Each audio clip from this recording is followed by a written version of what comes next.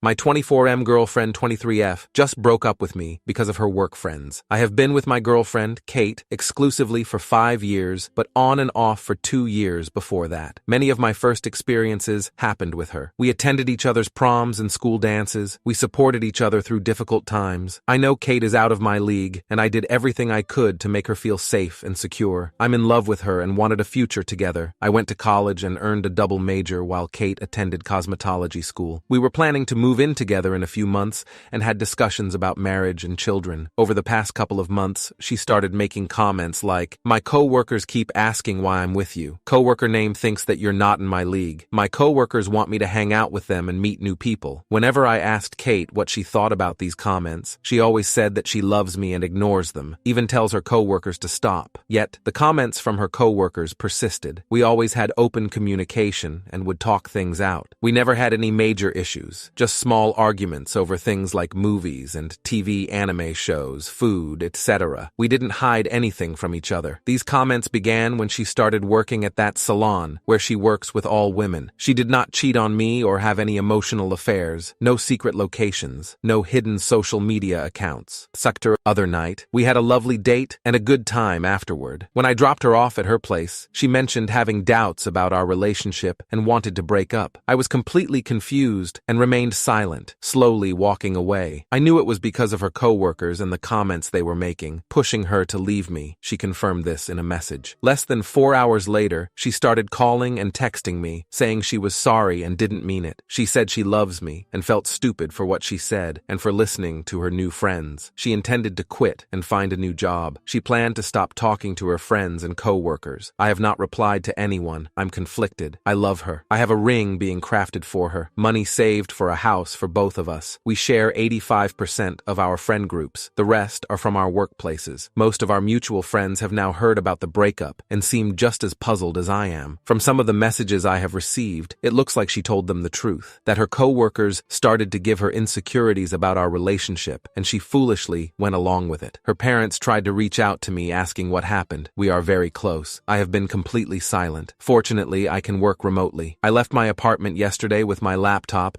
and found a nice spot with good internet to still do my job. I feel lost. I don't know what I did. I don't know how to feel. I need advice and suggestions. Quick update. After I posted, my boss sent me an urgent message asking if we could do a Zoom meeting. I accepted. When his picture came up, there were 2 cops behind him. Apparently, someone, they wouldn't name, asked them to do a wellness check on me. They tried my apartment and no one was there. Then my workplace. I was not there. My boss knew I was actively working remotely and called me. I had to explain that I was all right, but had my phone off due to the drama. I am also supposed to go to her parents' house tonight. Update number 2. We did not have a meeting last night. I rescheduled it for tonight, Friday. Life also has a way of kicking you when you are down. As I was going through my missed calls last night, I got a voicemail saying that my ring would be ready to pick up today, Friday. I also want to apologize for spelling and grammar mistakes. I have not been in my right mind the last few days. Thanks for all the feedback. I will probably update tomorrow or Sunday. Update. My longtime girlfriend just broke up with me because of her coworkers. They thought I wasn't up to her standards and out of her league. Thanks for the messages and comments. It has been an emotionally exhausting few days. On Friday, I cleared all my voicemails and text messages. I ended up with 61 missed calls, 4 from the police, 14 voicemails, and 417 text messages. I sent a general message to those who reached out, stating that I was okay and safe. I also mentioned needing time and space while I sort out some personal issues. I picked up the ring since it was already paid for and placed it in the box I made for it. I did go to her parents' house. As soon as I pulled up, Kate opened the door and ran out. She had been crying. She went to give me a hug, which I accepted, but it wasn't how I usually hug. She then tried to kiss me, but I moved my head and backed up. We went inside and sat down. We sat for about 10 minutes without saying anything. She started crying and said she was sorry. I just responded with okay. I asked her what she told everyone. She said the truth. I asked why the cops were called to check on me. She explained that she didn't call them. After our friends found out, they tried reaching out. When none of them had heard from me in over 24 hours, they decided to call in a wellness check. Kate used the word catatonic to describe me, while after I walked away, I took a bunch of the questions you guys posted. I asked her why she broke up with me. She didn't give me a clear answer. It was something about people at work constantly talking badly about me and playing on her insecurities. I asked her why she kept letting that happen and didn't stop it by setting clear boundaries. boundaries. She said that she tried, and it would work for a day, but would revert the next. I asked if she saw value in me as a person or in our relationship. She said that she does in both. I asked why she would break up over something a random stranger said about me. She said she was sorry and it was a dumb mistake. Paraphrasing. I inquired how they found out about me or our relationship and how much they talked about me. The women at the salon overheard Kate discussing me with some of our mutual friends or clients while she was working. Details about our dates, birthday parties, and other events came up. Did she think her colleagues were correct? She replied no. I then asked, why? She reiterated that she didn't know. I questioned her if there was someone else. She swiftly said no. She mentioned she has never cheated or been inclined to. She even offered me access to her phone, which I declined. I then expressed how I felt. Apologies don't suffice. If she wants to save this relationship,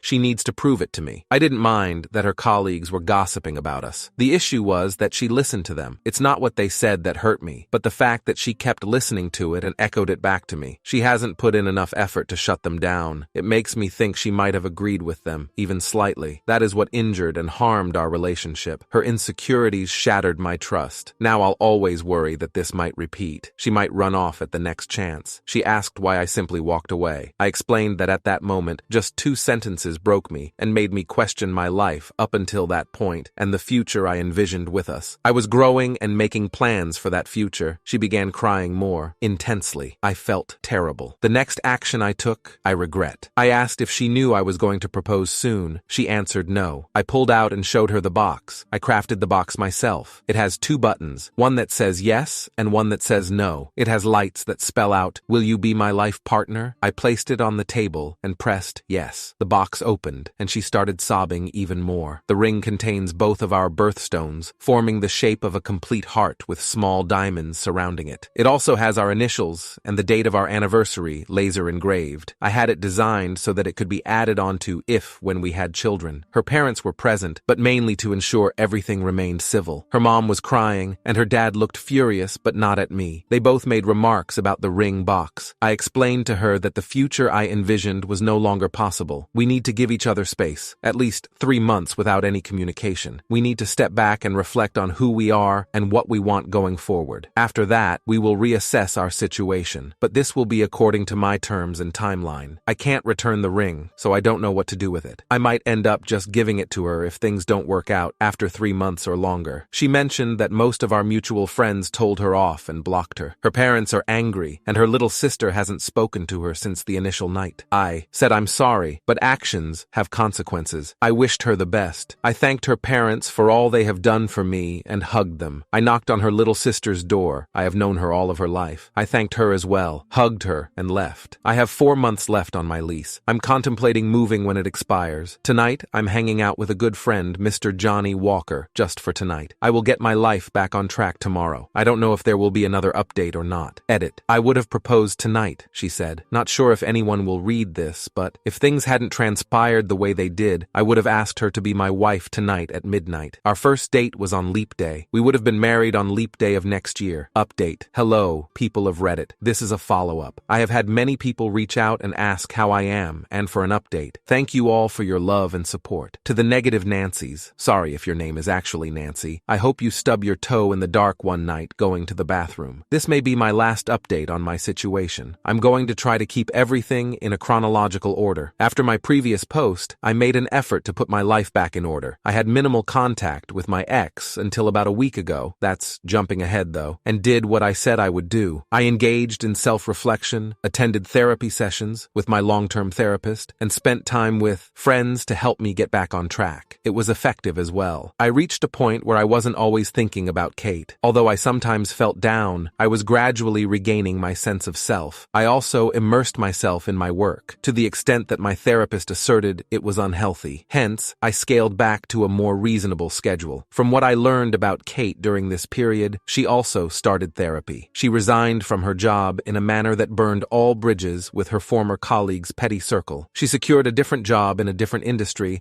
and plans to return to school in the spring. She asked our mutual friends, who didn't abandon her and supported her when she needed them, if they had seen me and how I was doing. Their usual response was that I was doing well and living my life. I actually bumped into her a few weeks after the breakup, and my heart skipped a beat. She didn't look like the woman I once knew. She appeared appeared defeated and dejected. She was out with some of her other friends, and it was evident she was forcing a smile and laughter. She didn't see me. It truly saddened me to witness that. I still possess the ring. It is kept in a safe location. I repurposed the box and gave it to an acquaintance to use. She suggested I sell it, but I refused. All in all, things were improving. I intended to maintain the no-contact rule, but life doesn't always follow the plan. Several factors disrupted that. We ended up meeting face-to-face twice. One instance was at her little sister's school play. I had made a pinky promise to her to be there, and you can't break pinky promises. The second occasion was at a mutual friend's birthday. We kept our distance, but engaged in some small talk and blended into the surroundings. However, things changed for me and our situation about a week ago. My memory of that day is still fuzzy, but here is what my friends have told me. For about a month now, I have been experiencing migraines right behind my eye, which caused my vision to blur. Assuming it was due to all the stress and activities in my life, I ignored it. I was out with two of my friends, walking, chatting, and shopping. Although I wasn't feeling great, I was still enjoying my time out. They mentioned that we were walking along when I suddenly slowed down,